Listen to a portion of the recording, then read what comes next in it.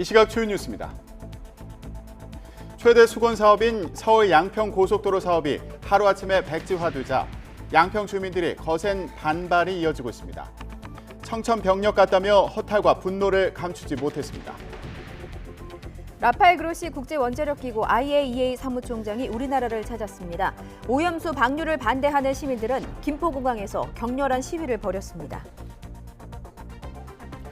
올여름 장마는 유난히 추역 시간대인 야간에 폭우가 쏟아지고 있고 남부와 제주도는 강우량이 예년의 2배 달할 정도로 많은 비가 집중되고 있습니다. 미국이 민간인 피해가 커 많은 나라가 사용을 금지한 집속탄을 우크라이나에 지원하기로 했습니다. 국제적으로 논란이 예상되는 가운데 북대서양 조약기구 나토는 각국이 결정할 일이라며 신중한 입장을 보였습니다. 시청자 여러분 안녕하십니까? 굿모닝 YTN 3부 시작합니다. 서울 양평 고속도로 사업이 하루아침에 백지화되자 경기 양평 지역에서는 거센 반발이 이어지고 있습니다. 국가 사업이 장관의 말 한마디에 무산된 데 대해 청천벽력 같다며 허탈과 분노를 감추지 못했습니다. 고속도로 예정지 현장을 윤성훈 기자가 다녀왔습니다. 경기도 양평군 강상면 일대 서울 양평 고속도로의 종점 예정지였고 김건희 여사 일가가 인근 일대 필지를 보유한 곳이기도 합니다. 김 여사 일가에 대한 특혜 의혹이 제기되자 원희룡 국토교통부 장관은 정치 선동이라며 고속도로 전면 백지화를 선언했습니다. 지역 주민들과 상인들은 여야 정치 싸움에 오랜 수건 사업이 무산될 수 있냐며 분노하고 있습니다. 이런 정책을 좀 이렇게 백지화시킨다는 거는 좀 이렇게 의견도 들어보고 시간을 두고 해야지 이 부분을 백지화시킨다는 거는 우리 국민을 우습게 보고 이런 처사라고 생각하지. 이제 국책 사업이고 여기 이 지역 주민들의 그 수건 사업인데 한 장관이 국책 사업을 단순하게 어떤 홧김에 백지화한다 이거는 월권이라고 생각합니다. 특히 고속도로 종점이 양서면에서 강상면으로 갑작스럽게 변경되고 장관 말 한마디에 사업이 무산된 데 대해 의구심은 커지고 있습니다.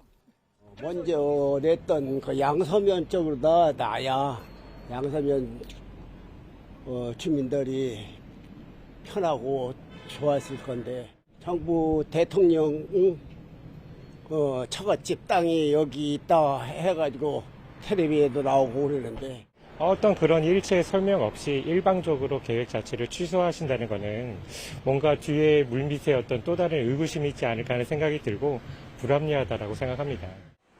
고속도로가 개통되면 서울에서 양평까지 2시간 가까이 걸리던 차량 이동 시간이 15분대로 대폭 줄어들 것으로 예상돼 주민들의 기대감이 컸습니다. 주말에는 거의 포기 상태, 아니면 평일에도 요즘에는 계속 밀리는 상태예요. 1시간에서 2시간은 기본적으로. 출퇴근하는 사람도 굉장히 많아요, 양평에. 양평 국민 다 청천벽력이야. 응? 그게 어제 오늘 한 15년 가까이 돼.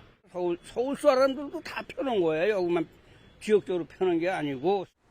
양평구는 범국민 대책위를 꾸려 국민대상 10만 서명운동과 국민청원 등 고속도로 백지화 대응 대책 마련에 나서기로 했습니다.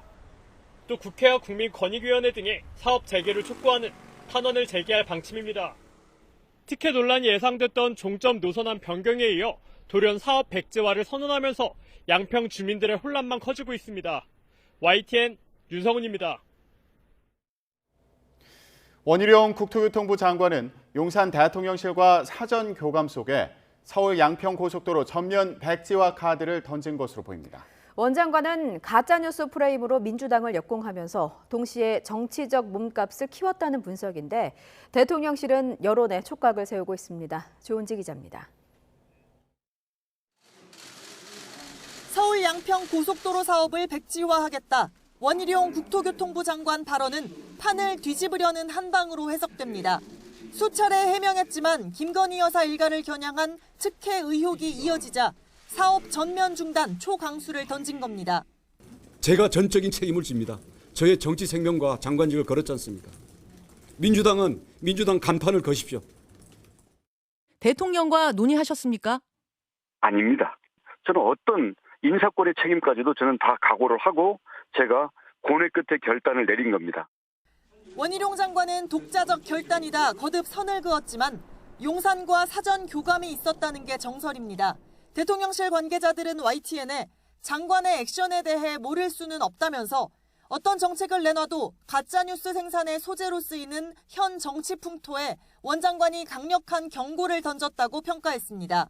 다만 윤 대통령과 직접 논의했는지 구체적인 소통 채널에 대해선 함구했습니다. 서울 양평 고속도로 사업은 윤 대통령의 대선 공약인 만큼 대통령실은 사업 재추진 가능성을 열어뒀습니다. 1조 8천억 원 국책 사업이 정쟁에 휘말려 있지만 지역 주민 여론과 사업의 필요성을 현명하게 고려해야 한다는 분위기입니다. 이번 일로 원희룡 장관이 차기 대권주자로서 몸값을 높였다는 해석이 적지 않습니다. 서울 지역 3선 의원의 재선 제주지사를 지낸 중량감 있는 정치인 출신으로 내년 총선 때 수도권 간판으로 나설 입지도 동시에 현 내각에서의 존재감도 다졌다는 평가가 나옵니다. 정부 여당이 오염수와 사드 등 뜨거운 현안마다 이른바 괴담 대응 총력전을 벌이는 상황에서 원 장관의 역공이 어떤 결과를 초래할지 대통령실은 촉각을 곤두세우고 있습니다. YTN 조은지입니다. 국민의힘은 김건희 여사 일가 특혜 의혹이 제기된 서울 양평 고속도로 대안 노선이 2년 전 민주당 지역 인사들도 필요성을 주장했던 거라는 취지의 보도와 관련해 민주당의 부끄러운 자가당착이 드러났다고 비판했습니다. 강민국 수석 대변인은 어제 논평에서 이미 2년 전 당시 민주당 양평군 지역위원장이 민주당 소속 군수와 협의해 현재 변경된 노선에 포함된 강한 아들목 설치를 요청했다는 언론 보도가 있다며 이같이 말했습니다. 이어 2년 전에 민주당이 나아가 양평 군민들이 김건희 여사 일가의 특혜를 주려 한 셈이냐며 민주당은 오직 정쟁을 위해 양평 군민의 염원을 왜곡하고 짓밟았다고 주장했습니다. 더불어민주당은 특혜 의혹이 제기된 서울 양평 고속도로 대안 노선을 2년 전 같은 당 소속의 양평 군수와 지역위원장이 먼저 요구했다는 주장은 새빨간 거짓말이라고 일축했습니다. 강선우 대변인은 어제 브리핑에서 2년 전에는 노선 변경안 자체가 없었고 당시 당정 협의를 거쳐 설치하고자 했던 고속도로 나들목은 김건희 여사 일가 소유지가 있는 양평군 강상면이 아니라 강화면 방면이었다며 이같이 밝혔습니다. 이어 원희룡 국토교통부 장관을 겨냥해 주무장관이 국책 사업에 대해 사실도 확인하지 않고 가짜 뉴스를 유포하고 있다며 사업 백지화를 윤석열 대통령에게 제가 받았는지나 밝히라고 비판했습니다. 정부가 일본의 후쿠시마 원전 오염수 방류 계획이 국제 기준에 부합한다는 결론을 냈습니다. 검증에는 2년이란 시간이 걸렸는데요. 하지만 정부의 최종 입장 발표는 다음으로 미뤘습니다. 그 배경이 뭔지 이승배 기자가 분석해봤습니다. 지난 2021년 4월, 일본은 후쿠시마 원전 오염수를 바다에 방류하겠다고 공식 발표했습니다.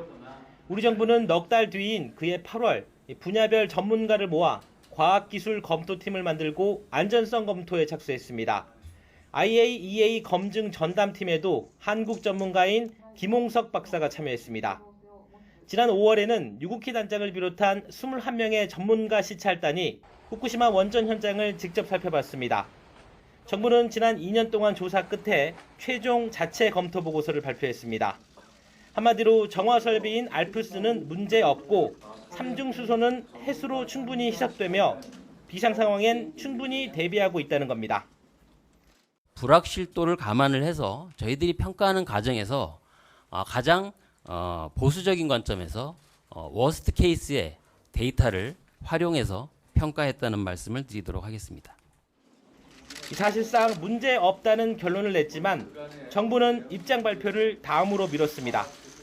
국제 기준에 부합한다까지가 과학기술의 검토의 결과고 정부의 최종적인 입장은 일본의 최종 계획이 확정돼서 발표되는 그 단계에서 입장을 표명하겠다. 일본의 방류 계획 적절성과 이행 가능성을 이유로 들었지만 방류 반대 여론을 의식한 것으로 보입니다. 한계도 분명합니다. 우리가 직접 시료를 채취한 게 아니라 일본이 제공한 데이터로만 분석했기 때문입니다. 낮은 거는 뭐 성능이 이렇고 높은 거는 이렇게 해도 안 터지더라 라는 이런 자료가 있어야 실제 운전을 할 수 있을 거 아닙니까? 그런 자료가 존재 안 하고 그런 게 없는데도 평가를 했다는 것 자체가 평가 대상에서 제외될 내용을 평가를 한 거죠. 발표 시기를 IAEA 사무총장 방한에 맞췄다는 비판 또한 정부엔 부담될 수밖에 없습니다. YTN 이승배입니다.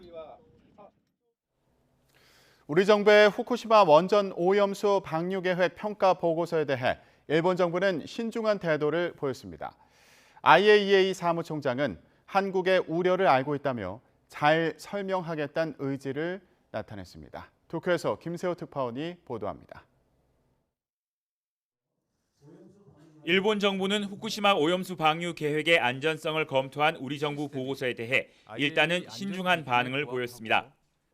하야시 외무상은 우선 보고서 내용을 자세히 살펴보겠다며 말을 아꼈습니다. 마스노 관방장관은 한 발 더 나갔습니다. 한국 정부의 보고서가 일본 측의 대처를 근거로 작성된 것으로 인식한다는 겁니다. 일본 정부는 그동안 한국 측에 투명한 정보를 제공했다며 오염수 방류의 안전성을 계속 설명하겠다는 점을 강조했습니다. ALPS処理水の海洋放出の安全性について、引き続き科学的根拠に基づき透明性を持ってですね、韓国をはじめとする国際社会に対して丁寧に説明してまいりたいと考えております。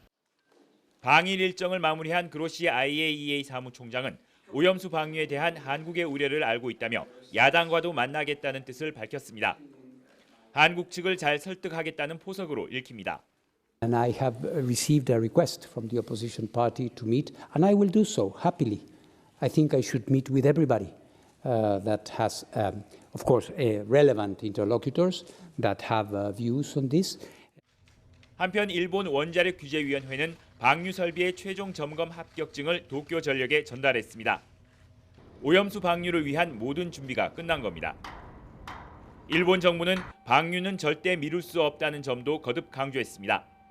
ALPS処理水の処分は東京電力福島第一原子力発電所の廃炉を着実に進め、福島の復興を実現するために決して先送りできない課題であります。 이에 따라 일본 정부는 방류의 안전성을 설득하기 위한 전방위 여론전에 나설 것으로 보입니다. IAEA 사무총장은 3박 4일 방일 일정 동안 일본의 오염수 방류 계획에 힘을 실어줬습니다. 방류 시기는 이제 일본의 결심만을 남겨놓은 가운데 우리나라를 비롯한 주변국의 우려를 완전히 잠재우기는 쉽지 않아 보입니다. 도쿄에서 YTN 김세호입니다. 라파엘 그로시 국제원자력기구 IAEA 사무총장이 일본에서 후쿠시마 원전 오염수 방류 계획에 관한 종합보고서를 전달한 직후 우리나라를 찾았습니다. 2박 3일 일정으로 방한한 그로시 사무총장은 어젯밤 김포국제공항에 도착해 현장에 집결한 시민단체 항의를 피해 공항을 빠져나갔습니다. 시민단체는 해양 투기에 반대한다, 일본 맞춤 보고서 폐기하라 등의 구호를 외치며 그로시 사무총장의 방한에 반발했고 시위가 격해지자 경찰 280여 명이 투입됐습니다. 그로시 사무총장은 오늘 오후 유고키 원자력안전위원장과 박진 외교부 장관을 잇따라 면담할 예정인데 IAEA 종합보고서를 설명하는 데 주력할 것으로 보입니다. 제이크 설리번 미 국가안보보좌관은 일본 원전오염수 방류 계획에 대한 국제원자력기구 보고서에 대해 유능한 국제기구의 전문적 분석에 기반하고 있다고 평가했습니다. 설리번 보좌관은 백악관 브리핑에서 IAEA 보고서에 대한 미국 정부의 입장을 묻는 질문에 이같이 답했습니다. 설리번 보좌관은 한국 정부도 이 문제에 대해 자체적인 성명과 반응을 밝혔고 우리는 이것이 매우 건설적이라고 생각한다고 말했습니다. 앞서 미 국무부도 성명을 통해 2011년 원전 사고 이후 일본은 IAEA와 협력해 과학에 기반한 투명한 절차를 진행해왔다고 평가하며 보고서에 대한 지지 의사를 밝혔습니다. 국제교역의 최종 성적표인 경상수지가 한 달 만에 흑자로 반등했습니다. 한국은행의 자료를 보면 5월 경상수지는 19억 3천만 달러 흑자로 집계됐습니다. 경상수지에서 가장 큰 비중을 차지하는 상품 수지는 18억 2천만 달러 흑자로 4월 이후에 2달 연속으로 흑자를 기록했습니다. 반면 서비스 수지는 여행 적자 확대 등의 영향으로 9억 1천만 달러 적자였습니다. 한국은행은 우리나라 경상수지가 저점을 벗어나 회복을 보이는 국면으로 진입했다며 하반기 상품 수지 개선이 본격화될 것으로 전망했습니다. 부동산 시장이 바닥을 지났다는 기대감에 집을 사려는 수요가 반등하면서 가계 대출이 2달째 늘었습니다. 문제는 은행 연체율도 급등해 부실 우려가 커지고 있다는 점입니다. 이형원 기자의 보도입니다. 가계대출 규모가 계속 늘고 있습니다. 5대 시중은행의 지난달 말 가계대출 잔액은 678조 원이 넘습니다. 2달 연속 는 건데 증가폭은 더 커졌습니다. 신용대출은 줄었지만 주택담보대출이 1조 원 넘게 늘면서 전체 규모를 끌어올렸습니다. 부동산 시장, 특히 서울이랑 수도권의 아파트를 중심으로 바닥을 쳤다라는 이제 심리가 있으니까 이 부분들이 이제 주택 관련 수요와 함께 가계대출 증가세로 가는 거고요. 문제는 불안한 연체율입니다. 4월 말 기준 은행 대출 연체율은 0.37%로 직전 달보다 0.04%포인트 올랐습니다. 지난 2020년 8월 0.38% 이후 2년 8개월 만에 가장 높은 수준입니다. 올해 들어 이자를 제때 갚지 못하는 가계와 기업이 속출하면서 연체율이 모두 빠르게 오르고 있는 겁니다. 금융당국은 연체율 상승세가 이어지겠지만 자산 건전성에는 문제가 없다고 강조했습니다. 글로벌 금융위기 당시 연체율은 0.8%, 이후 평균 0.54%인 점을 고려하면 높은 수준이 아니라는 겁니다.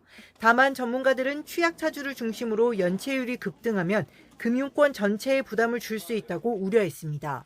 특히 대부업 연체율은 이미 10%를 넘긴 가운데 저신용자들이 불법 사금융으로 내몰릴 위험도 커져 금융당국 감시와 관리가 더욱 중요해졌습니다. YTN 이영훈입니다. 행정안전부가 다음 주부터 연체율이 높은 새마을금고 30곳을 특별 검사하려던 계획을 연기했습니다. 행안부 관계자는 일단 시장 상황이 안정되는 것이 가장 우선이라 검사를 연기하기로 했다고 말했습니다. 행안부는 새마을금고 건전성 우려가 커지자 10일부터 연체율이 10%가 넘는 30개 금고에 대해서는 특별 검사를, 70개 금고에 대해서는 8월부터 특별 점검을 하겠다고 발표했습니다. 행안부 관계자는 대책 발표 직후 시장이 조금씩 안정화하는 추세로 보이는데 조금 더 지켜봐야 한다고 말한 것으로 알려졌습니다. 미국의 일자리 증가폭이 둔화하긴 했지만 고용시장은 여전히 과열 상태인 것으로 나타났습니다. 임금 상승률도 높은 수준이어서 연준이 이번 달 추가 금리 인상을 단행할 것이란 전망에 무게가 실렸습니다. 워싱턴에서 권준기 특파원입니다. 미국 노동부는 6월 비농업 일자리가 20만 9천 개 늘었다고 발표했습니다. 전달보다 10만 개가량 줄어들며 2년 반 만에 최소폭 증가를 보였습니다. 그럼에도 고용시장은 여전히 뜨거운 상태입니다. 실업률이 역대 최저 수준을 유지하며 3.6%를 기록했고 시간당 임금 상승률은 지난해 같은 기간보다 4.4% 올랐습니다. 전날 발표된 민간 기업 고용은 전문가 전망치를 2배나 뛰어넘었습니다. Manufacturing has always been good. They've got those career pathways in manufacturing, but then again, hospitality and retail is not far behind. 과열된 노동시장이 좀처럼 식지 않으면서 연방준비제도의 추가 금리 인상 가능성은 더 높아졌습니다. 일자리가 계속 늘고 임금이 올라 인플레이션이 고착화되는 상황을 연준은 가장 경계하고 있기 때문입니다. 연준이 이번 달 0.25%포인트 금리를 올릴 가능성은 90% 이상으로 점쳐지며 거의 확실시 되고 있습니다. While policymakers at the Fed will be really hoping to see some more cooling, right now the labor market is still very hot.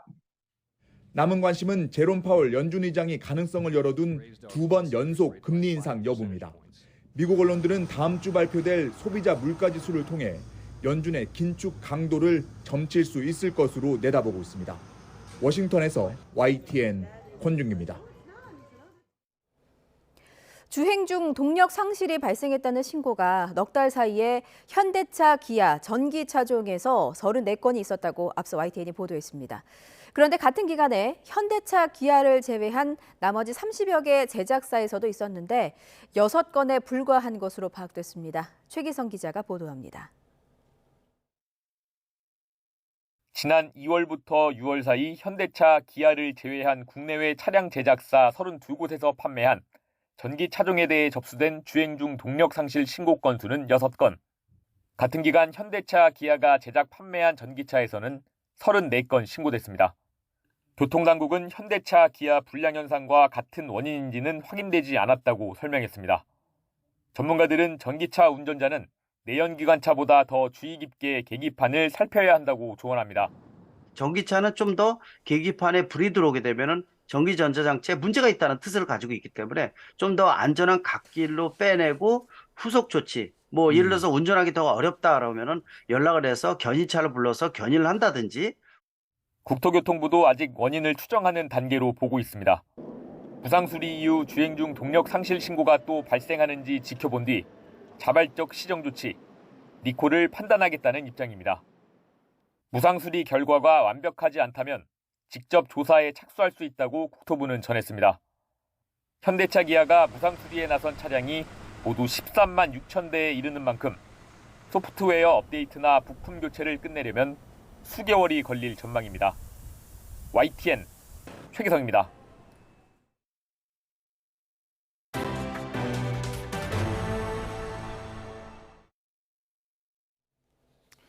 비정규직 노동단체가 개최한 3차 노숙 집회가 경찰과 충돌 끝에 2시간여 만에 강제 해산됐습니다. 비정규직 이제 그만 공동투쟁은 어제 저녁 8시쯤 서울 중구 파이낸스 빌딩 앞에서 120여 명이 참석한 가운데 임금 인상 등 처우 개선을 요구하는 야간 문화제를 진행했습니다. 경찰은 밤 11시쯤부터 허용된 집회 시간이 지났다며 자진 해산을 요구했지만 50명 정도는 도로 위에서 1박 2일 밤샘 집회에 돌입했습니다. 이에 경찰은 3차례 해산 명령한 뒤에도 참가자들이 따르지 않았다며 새벽 2시 10분쯤부터 본격적인 강제 해산에 나섰고 충돌로 이어지면서 부상자가 나오기도 했습니다. 주최 측은 5명이 다쳐 병원으로 옮겨졌다고 밝힌 가운데 집회는 새벽 3시쯤 모두 해산됐습니다.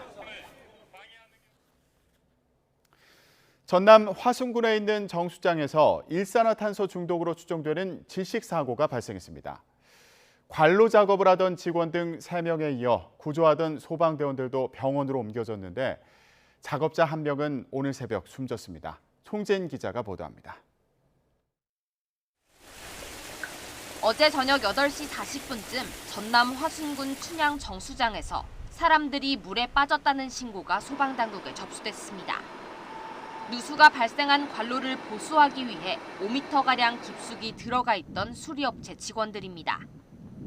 40대 A씨가 심정지 상태로 50대 B씨는 의식이 떨어진 상태에서 구조돼 병원으로 옮겨졌습니다. 병원에서 맥박이 돌아왔던 A씨는 결국 오늘 새벽 1시 40분쯤 숨을 거뒀습니다.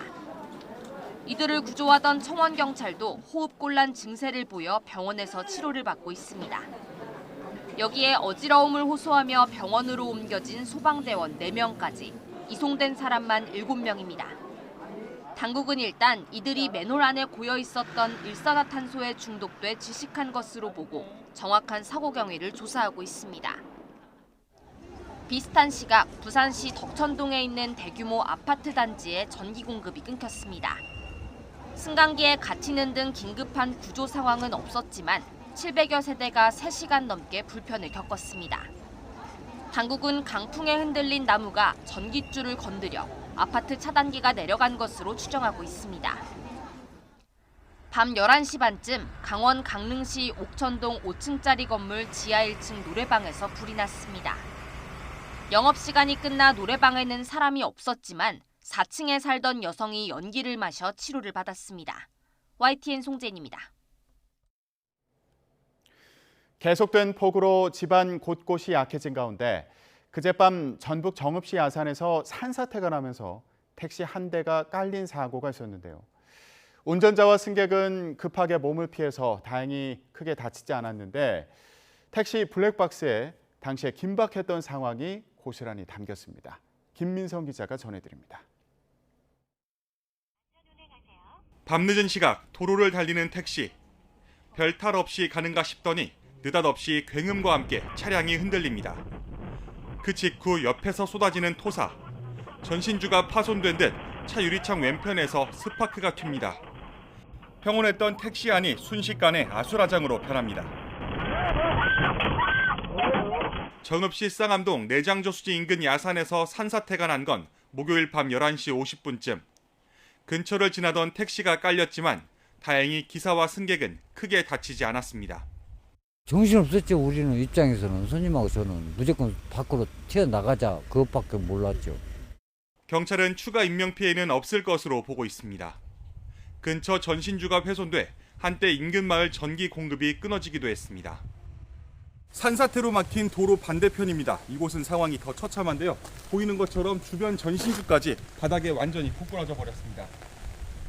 바위와 토사가 도로 100m가량을 막아버려 복구가 끝나기까지 2주 정도 걸릴 것으로 보입니다. 상부의 소규모의 파괴 형태 부분은 장비로라도 좀 작업을 해서 떨어뜨리고 그리고 이제 나머지 부분들은 제거를 하는 식으로. 장마가 시작한 6월 25일부터 산사태 전까지 2주 동안 정읍에 400mm 넘는 많은 비가 내렸습니다. 정읍시는 장기간 많은 비가 내려 집안 곳곳이 약해져 이번 산사태가 났다고 보고 장마가 계속되는 만큼 앞으로도 산사태에 계속 유의해달라고 당부했습니다. YTN 김민성입니다. 남부지방을 중심으로 내려졌던 호우특보가 모두 해제됐습니다. 중앙안전대책본부는 어젯밤 11시를 기점으로 풍수해 위기경보를 주의에서 관심으로 낮추고 중앙재난안전대책본부 비상 1단계도 해제했습니다. 경북 상주와 충북 보은 등에는 이제까지 100mm 안팎의 비가 내렸지만 다친 사람은 없는 것으로 집계됐습니다. 다만 전국 국립공원과 둔치 주차장, 하천변 등 곳곳이 아직 통제되고 있습니다. 올여름 장마 기간에는 유난히 취약 시간대인 야간에 폭우가 쏟아지고 있습니다. 특히 남부와 제주도는 강우량이 예년의 2배에 달할 정도로 많은 비가 집중되고 있는데요. 올여름 장맛비의 특징을 정혜윤 기자가 분석했습니다. 지난달 25일 전국이 동시에 장마권에 들었습니다. 시작부터 비는 무척 강했습니다. 25일 제주도에는 시간당 50mm에 육박하는 물폭탄이 쏟아졌고 26일에는 충북 충주에 68.5mm, 27일 경남 남해 74.5mm, 28일에서 30일에도 전북 고창과 충남 서산, 경북 영주 등에 시간당 30에서 60mm의 호우가 기록됐습니다. 특히 제주도와 남부지방은 국지성 호우가 유난히 잦았습니다. 열과 수증기가 충분히 공급된 상황이기 때문에 많은 양의 강한 비가 내릴 수 있는 조건은 형성되어 있습니다. 6월 하순에는 정체전선과 정체전선상에서 발달한 저기압의 영향을 받으면서 광주 등 남부 7개 주점에는 강수량 역대 1위 값을 기록했습니다. 장마 시작 이후 7월 5일까지 제주 산간의 강수량은 867mm, 보통 한 달 정도인 장마 기간 강우량의 2배를 넘습니다. 경북 영주 526.5mm, 광주 478.8mm 등 남부지방도 예년의 2배에 육박했습니다. 엘니뇨로 북태평양 고기압 세력의 확장이 늦춰지면서 장마 전선이 주로 남해에 위치하는 경우가 많아졌기 때문입니다. 또 비가 낮보다는 밤에 더 강해지는 야행성 장마의 특징도 뚜렷합니다. 장마 이후 전국 관측소에서 시간당 50mm 이상의 물폭탄이 떨어진 건 모두 14차례, 그중 12차례가 야간이었습니다. 최근 우리나라 남쪽 해상에 정체전선이 머무는 가운데 밤에는 발달한 저기압이 우리나라를 통과하며 강한 비구름의 영향을 받고 있습니다. 남부에 집중된 비는 장마 후반으로 갈수록 중부로도 확산할 가능성이 큽니다. 다만 야행성 장마는 장마 기간 내내 지속되면서 피해를 키울 것으로 우려됩니다. YTN 정혜윤입니다. 태어나고도 출생신고가 안 된 영아에 대한 대대적인 수사가 이어지고 있는데요. 광주에서도 5년 전 생후 6일 된 아이가 숨지자 시신을 버린 여성이 경찰에 자수했습니다. 경찰은 구속영장을 신청했습니다. 오선열 기자입니다. 광주경찰청 여성청소년수사대는 숨진 영아의 시신을 버린 혐의로 30대 친모 A씨를 긴급 체포했습니다. A씨는 지난 2018년 4월 태어난 지 6일 된 딸의 시신을 봉투에 담아 버린 혐의를 받고 있습니다. 경찰의 대대적인 미신고 영아 수사에 부담을 느낀 A씨는 광산경찰서를 찾아와 자수했습니다. 경찰 조사에서 A씨는 출산 전후 집에만 있어 답답했다며 바람을 쐬고 싶어 외출한 뒤 집에 와보니 딸이 쓰고 있던 겉싸개 모자가 코를 덮은 채 아이가 숨져 있었다고 진술했습니다. 시 씨는 장례 절차 없이 다음 날 새벽 봉투에 담아 쓰레기 수거함에 버렸다고 말했습니다. 광산구청에 이제 전수리가 들어갔고 광산구청에서 광산서로 의뢰 들어오니까 그래서 이제 조금 부담 느끼고 자수한 거예요. 이제 사체는 찾을 수가 없는 거죠 이제. 당시 20대 중반 미혼모였던 A 씨는 가족들 몰래医療기관에서 출산한 딸을 홀로 살던 집에서 돌봤습니다. 출생 신고도 없이 영아가 실종됐지만 5년 동안 아무도 알지 못했습니다. 경찰은 학대가 있었는지 시신을 버리는 과정에서 같이 모의를 했는지 확인하기 위해 친부를 찾고 있지만 어려움을 겪고 있습니다. 몰라요. 충분히 이제 추정은 하는데 연락처도 없고 지금 그러기 때문에. 경찰은 A 씨에 대해 일단 아동 학대 치사와 사체 유기 혐의로 구속영장을 신청하고 추가 조사를 이어갈 계획입니다. YTN 오선일입니다. 대구에서 산모 바꿔치기 수법으로 갓난아이를 사고판 여성이 구속 상태로 재판에 넘겨졌습니다. 대구지검은 아동 매매 혐의로 37살 A씨를 구속 기소하고 돈을 받고 낳은 아이를 넘겨준 미혼모와 허위로 출생신고를 한 부부 등 7명을 불구속 기소했습니다. A씨는 형편이 어려워서 아이를 키우기 어려운 임산부들에게 접근해 자기 이름으로 출산하게 한 뒤 태어난 아이를 돈을 주고 매수해 불임 문제로 고민하는 다른 부부에게 넘긴 혐의를 받습니다. A씨는 이미 출산한 미혼모의 아이를 매수하기도 했고 심지어 불임 부부에게 대리모를 제안해서 5,500만 원을 받고 직접 아이를 낳아주기도 한 것으로 드러났습니다. 7년 전에 출산한 지 하루 만에 딸을 살해하고 텃밭에 암매장한 친모가 구속됐습니다. A씨는 2016년 인천에 있는 병원에서 낳은 딸을 하루 만에 살해하고 경기 김포시에 있는 텃밭에 암매장한 혐의를 받고 있습니다. 애초 A씨는 아이가 숨을 쉬지 않아서 땅에 묻었다고 진술했지만 경찰은 A씨의 추가 진술과 유골에서 발견된 정황을 토대로 살인 혐의를 적용했습니다. 경남경찰청은 영아를 살해한 뒤 유기한 혐의로 구속한 친부 A씨와 친모 B씨를 검찰에 넘겼다고 밝혔습니다. 사실혼 관계인 두 사람은 지난해 9월 9일 경남 거제시 주거지에서 태어난 지 5일 된 아들을 숨지게 한 뒤 근처 하천에 유기한 혐의를 받습니다.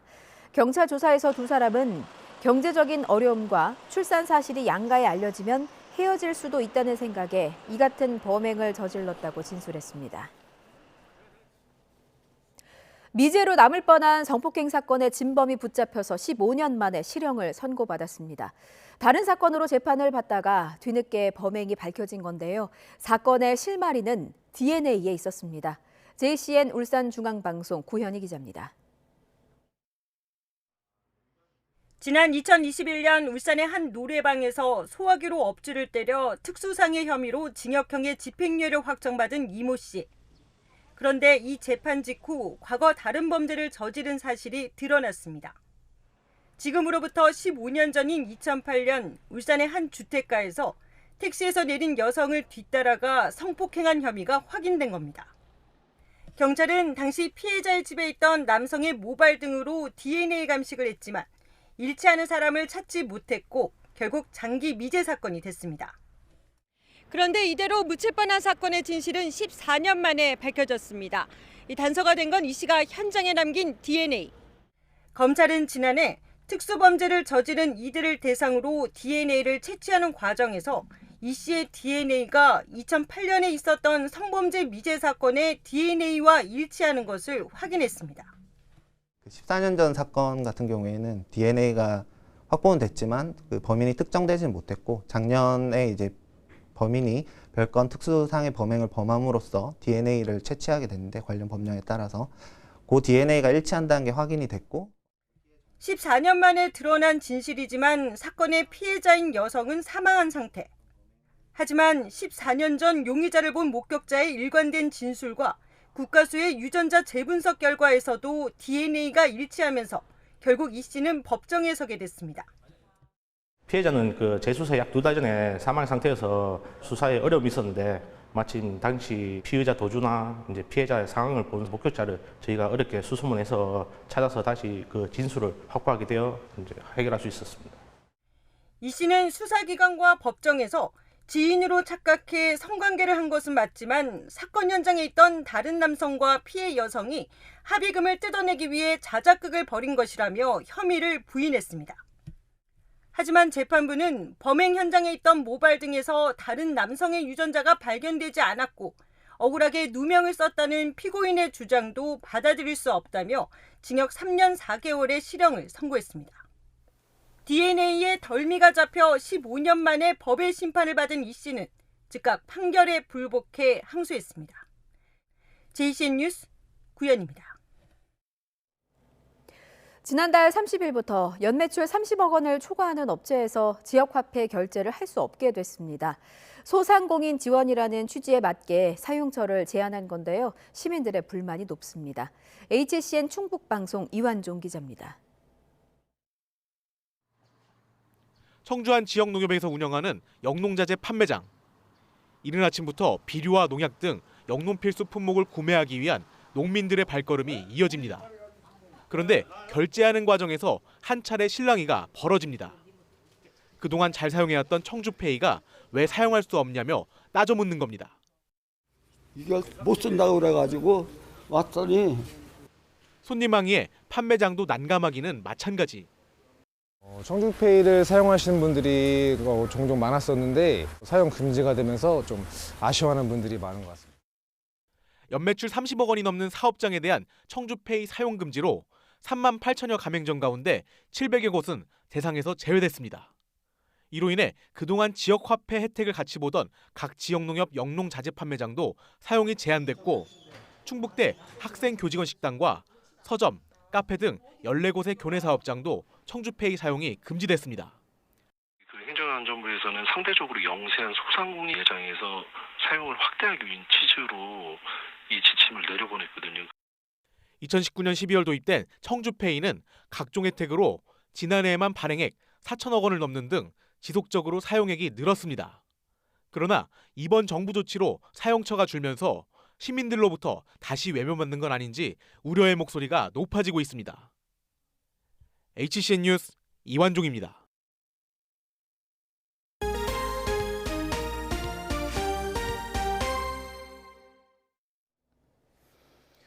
장차관을 동시에 교체하며 윤석열 대통령이 직접 역할 변화를 주문한 통일부는 앞으로 사실상 전면 개편 수준의 변화에 직면할 것으로 보입니다. 그동안 북한과의 대화를 중시했던 통일부도 최근엔 북한 인권 개선 노력에 팔을 적극적으로 걷어붙이는 모양새입니다. 최두희 기자가 전해드립니다. 대북 지원부 같은 역할을 했다며 통일부에 대해 작심 비판을 쏟아낸 윤석열 대통령. 참모들에게 그동안 통일부는 마치 대북 지원부 같은 역할을 해왔는데 그래서는 안 된다. 이제 통일부가 달라질 때가 됐다고 말했습니다. 대통령이 직접 전면 쇄신을 주문한 만큼 통일부엔 큰 폭의 변화가 불가피해 보입니다. 앞서 학자 출신 통일부 장관과 외교부 출신 차관을 인선하며 장 차관을 모두 통일부 외부 출신으로 채운 건 통일부 쇄신의 신호탄이었습니다. 이에 따라 향후 통일부의 역할은 기존의 교류협력 업무 대신 북한 주민의 인권 문제 해결과 북한 비핵화로 무게중심이 옮겨질 전망입니다. 지난 3일 취임한 문승현 통일부 차관의 취임 일성 역시 통일부의 변화 노력에 방점이 찍혔습니다. 특히 북한 비핵화의 여건을 조성을 하고 북한 주민의 인권을 실질적으로 개선하는 한편 북한 이탈 주민이 우리 사회에 안정적으로 정착할 수 있도록 지원하는 데 더 많은 힘을 쏟도록 하겠습니다. 통일부 역시 지난달부터 남북 교류협력과 관련한 산하기관의 예산 감축을 지시하는 등 본격적인 구조조정에 돌입한 상황. 이에 대해 산하기관 관계자들은 말을 아끼는 분위기가 역력한 가운데 통일부는 북한 인권 개선을 위한 젠걸음도 이어가고 있습니다. 이번에 면책 조항을 삭제한 북한 인권 보고서 영문판을 발간하면서 북한 인권 개선에 대한 공감대가 해외에도 확산하길 바란다고 강조했습니다. 이와 함께 대북 강경론자로 꼽히는 김영호 통일부 장관 지명자가 인사청문회를 거쳐 통일부 수장에 오르게 된다면 본격적인 통일부 본부 조직 개편 또한 도마 위에 오를 전망입니다. YTN 최두입니다. 북한의 핵미사일 위협에 대응해 국방부가 한국형 삼축 체계를 총괄하는 전략사령부 창설에 속도를 내고 있습니다. 각 군의 첨단 무기를 일사불란하게 지휘하는 게 핵심인데 기존 체계와 임무가 중첩돼 혼선이 생길 수 있다는 우려도 있습니다. 임성재 기자가 보도합니다. 제2창군 수준의 대대적 변화가 있어야 한다. 국방혁신위원회 첫 회의에서 윤석열 대통령이 이같이 말하며 꺼내든 건 전략사령부 창설입니다. 3군의 합동성을 강화하면서 각 군의 분산된 전력 능력을 통합하고 효율적으로 운영할 수 있도록 전략사령부 창설을 생각하고 있습니다. 군의 첨단 무기 체계를 통합해 북한의 핵미사일에 대한 억제력과 일사불란한 지휘 체계를 확보하겠다는 구상입니다. 킬체인과 한국형 미사일 방어 체계, 대량 응징 보복 등 3축 체계를 갖춘 부대와 육해공 각 군이 운용하는 핵심 전력이 통합 대상입니다. 괴물 미사일로 불리는 현무계열 미사일과 F-35A 스텔스 전투기, SLBM 탑재가 가능한 3,000톤급 잠수함이 대표적입니다. 군은 이미 전략사의 모태가 될 합동참모본부 산하 핵 WMD 대응센터를 장성이 지휘하는 본부급으로 격상하는 등 밑작업에 속도를 내고 있습니다. 전반기 전군 주요 지휘관 회의에선 전략사 창설 준비를 가속화하겠다고도 공언했습니다. 하지만 일각에선 전략사가 출범하면 각군 사령부, 합참 등과 임무가 중첩되면서 되려 혼선이 생길 수 있다는 우려가 제기됩니다. 전략사 운용의 주도권을 둘러싼 각군 이기주의도 유의해야 할 대목입니다. 스텔스 전투기를 전략자산으로 운용하겠다는 것은 난센스 같은 일이고, 이미 탄도미사일은 합참이 작전 지휘를 하고 있고, 각군 구성군 사령부에서 지휘를 하는데 또 옥상욱 같은 조직을 만들겠다는 것으로 보여집니다. 올해 안으로 부대 편제 등을 마련한 뒤 내년에 출범하게 될 전략사가 제기되는 우려를 불식하고 새로운 차원의 대북 억지력을 보여줄지 관심이 쏠리고 있습니다. YTN 임성재입니다. 우리나라와 미국이 오는 18일 서울에서 핵협의그룹 NCG 첫 출범회의를 개최한다고 대통령실이 발표했습니다. 대통령실은 대북 핵 억제 강화를 위한 정보 공유, 협의체계, 공동기획 실행 방안 등을 협의할 예정이라고 설명했습니다.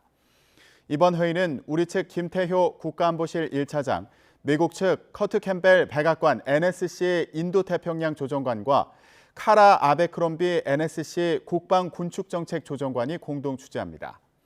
한미는 당초 NCG를 차관보급 협의체로 가동하기로 합의했지만 첫 회의는 양국 NSC가 나서는 차관급 협의체로 격상됐습니다. 미국이 민간인 피해가 커 많은 나라가 사용을 금지한 집속탄을 우크라이나에 지원하기로 했습니다. 국제적으로 논란이 예상되는 가운데 북대서양 조약기구 나토는 각국이 결정할 일이라며 신중한 입장을 보였습니다. 김선희 기자가 보도합니다. 여러 개의 목표물을 동시다발적으로 공격해 이른바 강철비로 불리는 엄청난 위력의 집속탄. 모폭탄이 목표 상공에서 터진 뒤 자폭탄이 쏟아져 나와 일대가 초토화됩니다. 미국이 이 집속탄을 우크라이나에 지원하기로 결정했습니다. We're working with Ukraine to minimize the risks associated with the decision. The Ukrainian government has offered us assurances in writing on the responsible use of DPICMs, including that they will not use the rounds in civilian populated urban environments. 집속탄 일부는 불발탄 비율이 40%로 민간인 피해가 커지며 지난해 기준으로 110개 나라가 사용 금지 협약에 서명했습니다. 하지만 러시아는 우크라이나 침공 이후 집속탄을 계속 사용해 온 것으로 알려졌습니다. In this environment, Ukraine has been requesting cluster munitions in order to defend its own sovereign territory. The cluster munitions that we would provide have dud rates far below what Russia is doing, is providing, not higher than 2.5%. 미국이 집속탄 지원을 결정한 것은 장기화하고 있는 우크라이나 전쟁을 끝낼 수 있는 시기라는 판단이 작용했다는 해석이 나옵니다. 전 세계적으로 논란이 많았던 만큼 유엔은 즉각 우려의 목소리를 냈습니다. He wants countries to abide by the terms of that convention. And so as a result, of course, he does not want there to be continued use of cluster munitions on the battlefield. 다만 북대서양 조약기구 나토는 각국이 결정해야 할 일이라며 신중한 입장을 보였습니다. It is for individual allies to make decisions on what type of weapons. When it comes to cluster ammunition, there is a difference between allies. 미국이 국제적 파장을 무릅쓰고 결정한 집속탄 지원 결정이 우크라이나 전쟁의 새로운 분기점이 될지 주목됩니다. YTN 김선입니다. 재린 옐런 미국 재무장관의 방중에 맞춰서 베이징 하늘에 무지개가 걸렸습니다. 미중 간 경제 대화 재개가 절실하다는 총론엔 이견이 없지만 강론은 여전히 먹구름입니다. 베이징 강정규 특파원입니다. 공항에 영접 나온 인사들과 반갑게 악수하는 제닛 옐런 미 재무장관. 하늘을 올려보며 환하게 웃습니다. 때마침 무지개가 걸린 겁니다. 베이징에 40도 넘는 사막 더위가 이어지던 터라 인공강으로 만들어낸 무지개 의전 아니냐는 말까지 나왔습니다. 옐런 역시 베이징에서 첫 끼니로 젓가락을 들고 윈난 음식을 먹으며 중국에 호감을 표시했습니다. 이튿날 리창 총리도 무지개를 화두로 옐런의 방문을 환영했습니다.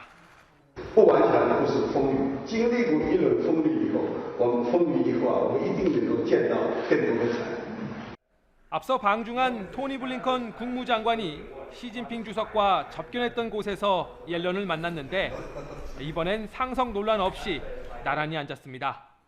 이에 앞서 옐런은 이강 인민은행 총재 류허 전 부총리와 비공개 회동을 하고 중국 금융 40인 포럼이 주최하는 만찬에도 참석했습니다. G2 간 소통 자체에 방점을 찍으며 디커플링에 반대한다는 소신도 재차 강조했습니다. 그러나 총론과 달리 강론에선 날을 세웠습니다. Including China's use of non-market tools like expanded subsidies for its state-owned enterprises and domestic firms. 중국 재정부도 무역 전쟁은 승자 없는 싸움이 될 거라며 미국이 바뀌어야 한다고 맞받아쳤습니다. 옐런의 상대역인 류쿤 재정부장, 경제 실세 허리펑 부총리와 공식 회담을 앞두고 견제에 나선 겁니다. 중국은 미국이 진정한 소통을 원하거든 관세를 철폐하고 제재부터 풀라고 요구하고 있어서 G2 사이 먹구름이 모두 거치려면 시간이 더 필요해 보입니다. 베이징에서 YTN 강정규입니다.